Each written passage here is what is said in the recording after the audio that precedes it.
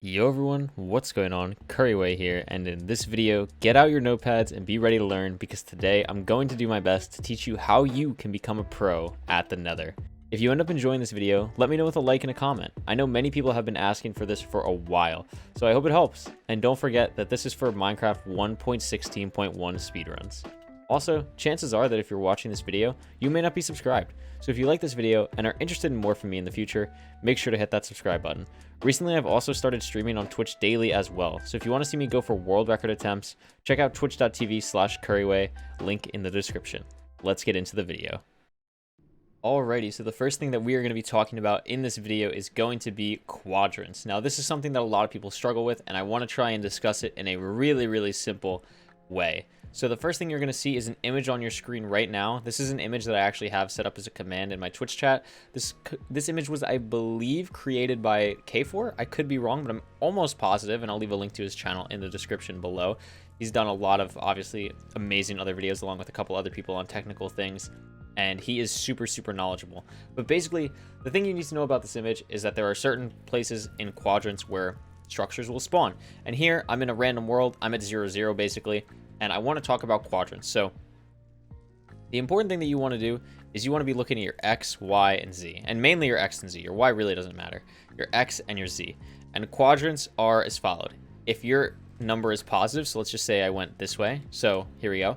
If your number is positive, like the Z, that means structures will spawn as long as this number is between 0 and 364, I believe. You will have a structure spawn. And maybe it's 384. It was just on the image. That is where structures will spawn. And then on X, your structures will not spawn until -64 and -432. Now, if I did the reverse, if I went over here, then it's changed again. So then this is now only going to be 0 to 384, and then this will not spawn one for until -64. So that means right now, technically, a structure can't spawn here because this number, even though this number right here on X is in the correct range for a structure to spawn, the Z isn't, and they both have to be. So for example, let's just pick a direction. I don't know, I haven't looked at this at all. Let's just go this way and see if we can find a structure. We can actually just do locate. So let's locate fortress and slash locate bastion, and we can see that in this quadrant there's a bastion at -224 and 320. So that seems like it would be just around this way. And if I keep going, I'm sure I will see it in just a second. And the other thing that I want to note about this video is I'm using something called Seth Bling's data pack, which I will link to in the description down below. It is really good. I highly recommend using it to practice worlds, and this is just going to help me navigate these a lot faster. So here you go. You can see that our X, even though it's negative, is in the range, and our Z is in the range. So the structure can spawn here. And as you can see, its spawn point was -224 and 320. The last thing that I want to note about quadrants is that sometimes they will not spawn entirely in the quadrant. So for example, let's pretend that this was, I don't know, this was all negative, right? And then this block right here is when it starts to be positive. That can happen. Structures can overlap, and that's how you see times if you see a bastion and a fortress combined within each other, that's how it can happen. So what you want to try and do is think logically, and this is something that's a lot harder for some speedrunners to kind of gauge, and it's trying to figure out where the spawn point is. So if your structure is leaning into negative, but not that much, if it only goes out to like -20, -30, it's not going to be there. And even if it goes out into that range, it sometimes might not be it. Most specifically, a fortress. I had a fortress today, actually, where it was mostly positive, but it went out to, like, X -70 at some point. And even though that can happen, it's not in the negative quadrant. It can overlap. So try to use your best guess of where most of the structure is, and that's most likely where what quadrant it is in. So the next thing that we're going to do is we're going to talk about navigating a fortress. This can be really crucial in some runs, and you want to make sure you know where you're going. So from the top, if you're in a situation where maybe, I don't know, maybe somehow you were up here. Obviously, this isn't likely, but there can be times where you are super high up, and you may have a downward view of the fortress. Even over here, this is even realistic. If you see there's a structure like this and a structure like this, these are super similar. They're both big cubes with fence gates or fences and normal blocks, but you can see this one has a staircase on it and this one doesn't. If you ever see this one without a staircase, that is a really good sign, because that means it's going to take you to the good part of the fortress. And you may be thinking, Curry, what makes this part the good part of the fortress? Well, normally a fortress is split into two parts, and you can see this has a roof, as you can see over here, and this doesn't. This is open. And what this means is that you can enter here a lot easier, and this is also where the blaze spawners are, which is really, really, really important, obviously. So you always want to be able to find, as you can see here, boom, boom, 2 blaze spawners. So you want to find this part so you can get your blaze rods as fast as possible and don't have to waste time navigating in the nether when you don't want to be. And there's a couple other things that I'll go over in a second, but it is very, very important to locate this part of the fortress. So let's say, for example, though, you can't see that part of the fortress. Maybe you're coming from over here and you can't really see it. You can't tell that that's the good part, and you just want to enter in here, okay? So we're going to talk about how you can navigate consistently every time to get to that really good room. So basically, we're going to go down this way. If you see any type of balcony ever, like this, you want to go the opposite way. You don't want to go this way. You can see that this is a dead end. Sometimes it'll be longer where you can't immediately tell. You want to go the other way, which is going to take you this way. And this is actually going to take us to another room, which is the nether wart room. If you ever get to this room, you want to go down the stairs. Every single time, you want to go down the stairs here. You never want to go this way. You always want to be going down the stairs. You never want to go up. So now we're here, right? This is really good. If you see stairs normally, not nether wart stairs, but normal stairs in general, you want to go up these. This is super important. You always want to go up normal stairs, always want to go down nether wart stairs. So as you can see, we're already up, so we would be going this way. And then these are, oh, that's not even anything. This is just a blank wall. And then we see another balcony, so we want to go the opposite way. And boom, this has taken us to the really good side of the fortress. This can get us to our blaze spawners. Really important, really good to know. And yeah, that is basically everything you need to know for fortress navigation and structure-wise. So now we're going to move on to talking about bastions. And this is actually my favorite bastion here. This is treasure. Now, you can identify treasure because it has one gigantic cube section and then a bridge. These are the two major contributing factors to tell what treasure is. And there's also lava down here. You can see if it's all the way down, you can see it looks very large. There's also a lot of stone or black stone brick, which is really another easy tell. And the only thing that's important here is you want to focus on this side. You don't want to go in here. Okay, this is not where you want to go. It is a death trap. Highly recommend, really, for any bastion, but especially treasure, that you have gold armor. I think treasure is probably one of the ones where it's almost mandatory to have gold armor. So my personal thing that I do for treasure is I come up here. I'm going to go up the stairs. And once I'm at the chest room, which is right here, I'm going to look at this basalt, which is here every time. I always go to the third block in, mine these blocks, and this gives the piglins access to both ramparts, right? So we have the one here and the one here. And what you want to do is come to the top here, break this one block, then that's the hole that your gold is all going to go into. I usually like to place a block here too, just because then you don't want to accidentally throw gold in there, right? So you just kind of throw it against this wall. Like if I had a stack of gold, it would just be like this. And that's how I would throw the gold in. And the blocks for treasure are always here. You get one. You have a chance of one spawning here. So I'll fill in all the blocks that you have a chance of getting. You have a chance of one there, and you have a chance of one there. This was a pretty unlucky one, but that's where you can get gold every single time in treasure. So you have a chance of 5. You can also go down here a couple blocks. You have another chance of getting one here, but that's really not as important. I don't really recommend getting that on a route. So that's those 5. Then it's the same exact thing on this side too. You can enter from down here, or you can do the top. Personally, I like to go from the top just because it's a lot safer. And kind of same thing applies, right? So you have the 1, 2 there, you have one here, one possibly to go there, and one possibly to be there. The other awesome thing is once all the piglins are in the hole over here, you're able to grab all the chests, which is really nice. And there's also a guaranteed gold block in one of these 2 spots, which is really nice. Always line yourself up with the stairs, and there they are. So that's the best way for treasure. That's where all the gold blocks are that are important. And obviously you can get all the obsidian that you need. That was an insane chest. And let's move on to the next bastion. So the next bastion that we have up is housing. Housing is easy to tell because it kind of looks like stables, but it's smaller. So stables always has 3 ramparts, but housing always has 2. You can see there are 2 here. You can tell because they are quite large. This one is always going to be a triple chest, and then the one over here is going to be a random. It can be something like this, it can be slightly taller, or it can be another triple chest. This is one of the worst variants, but not too awful.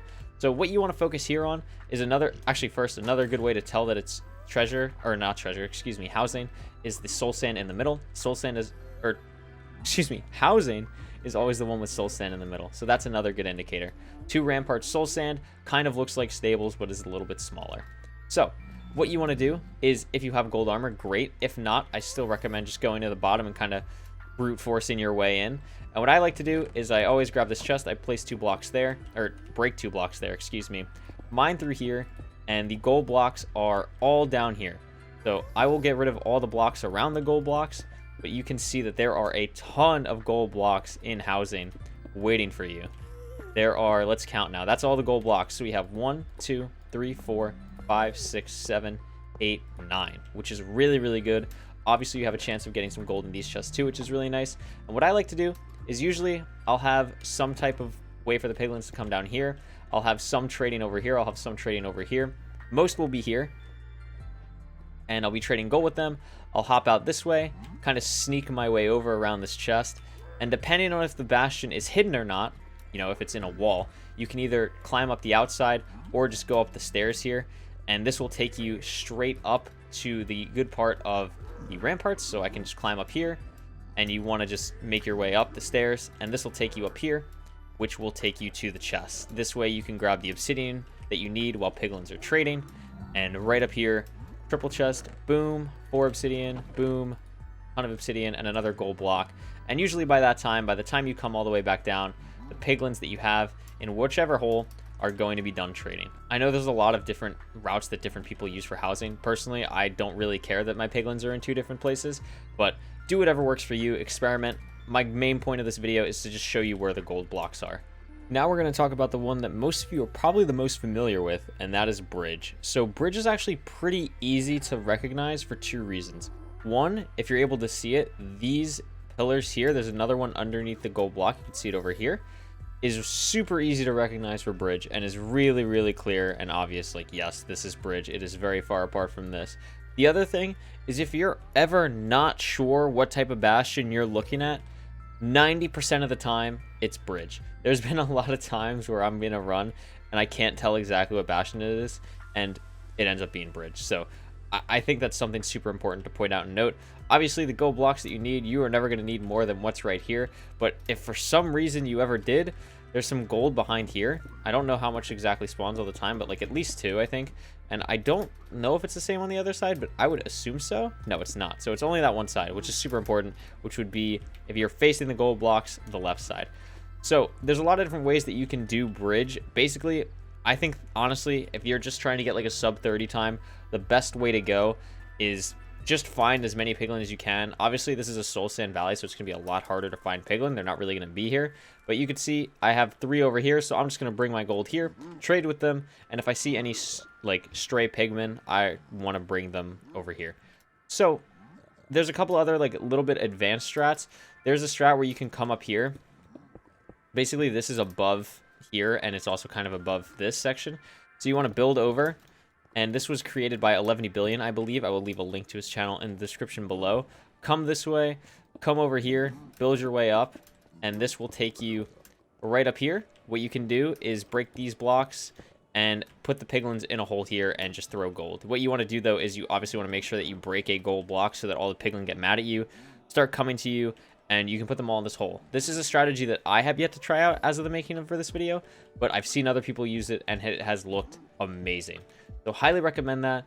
And that should do it for just about this bastion. Let's move on to last and very much least, Hoglin Stables. Finally, we are going to talk about stables. I saved stables for last because it is quite a different bastion.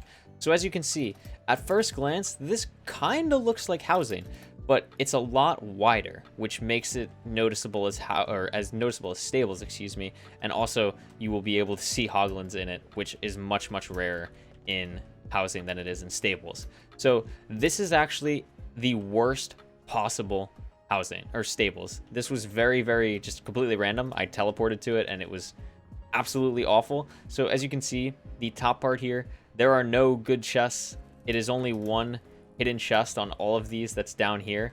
It is not good. It is not good. You're only getting one chest compared to possibly 2 or 3.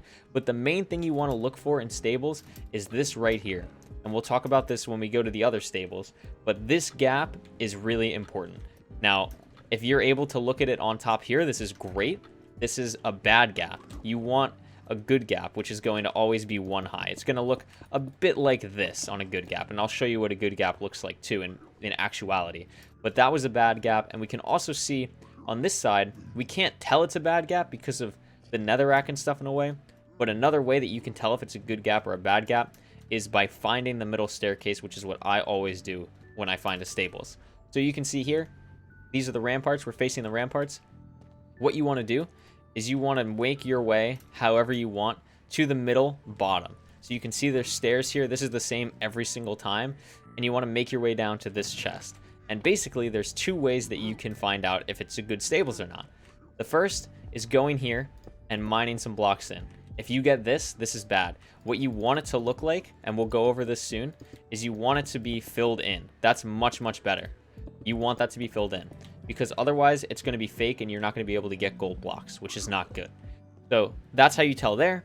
On the bottom one, if you want to check on the left side, what you do is you mine in 1, 2, 3, 4, 5 blocks, and then mine to your left 1, 2, and if it's open like this, it is bad. So now I will show you what a good stables looks like for comparison. And remember, this is the absolute worst possible scenario. So this is what your average playable, nice, Hoglin stables will look like. This has a good gap, and it also has a triple chest, which is really nice. This is, I would say, a slightly above average bastion for stables. Sometimes you're not going to get a triple chest, but the important thing is that you have a good gap here. We just talked about what it kind of looks like. This is what a good gap looks like. Basically, all you need to remember, 1 high good, 2 high over here. The lava is currently a bit in the way, but 2 high is bad. So remember, 1 good, 2 bad. So what makes this a good gap, you might ask? Well, if I head down here, I dig into the side, you want to head down to the bottom, and you see that there's no chest. And this is really good. You also can see a gold block here, which is really nice. And what you can do is there's a chance for 4 gold blocks to spawn here. You just saw that there were 3, but it can be 4. And then you want to dig this middle block here, dig down, 1, 2, 3, 4, 5, and then this block here also has a chance to be a gold block, which is 6. You can get up to 10 gold blocks from this. You can get as little as, I believe, 7 is the lowest you can get. And then up here too, if you were to just mine up, there is an entire room up here with 3 piglin, which is really good. And this block here can also sometimes spawn as a gold block, which is really, really good. So normally how I like to route this is I break those 2 blocks, put 4 blocks here, excuse me, and that allows the piglin to not be able to get to you.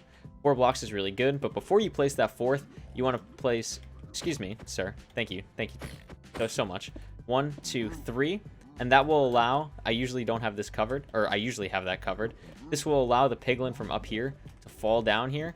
Then you have the piglin coming from the staircase here, and the piglin coming from the top here. And then you can just throw your gold, and they will all trade. So that's how I like to do stables. Another really good indicator is if you're in the back of stables, you can see that these both have open gaps, right? These are both open. The difference is that a good gap has 2 blocks here, and a bad gap only has 1. That's the easiest way to tell. That's super, super important.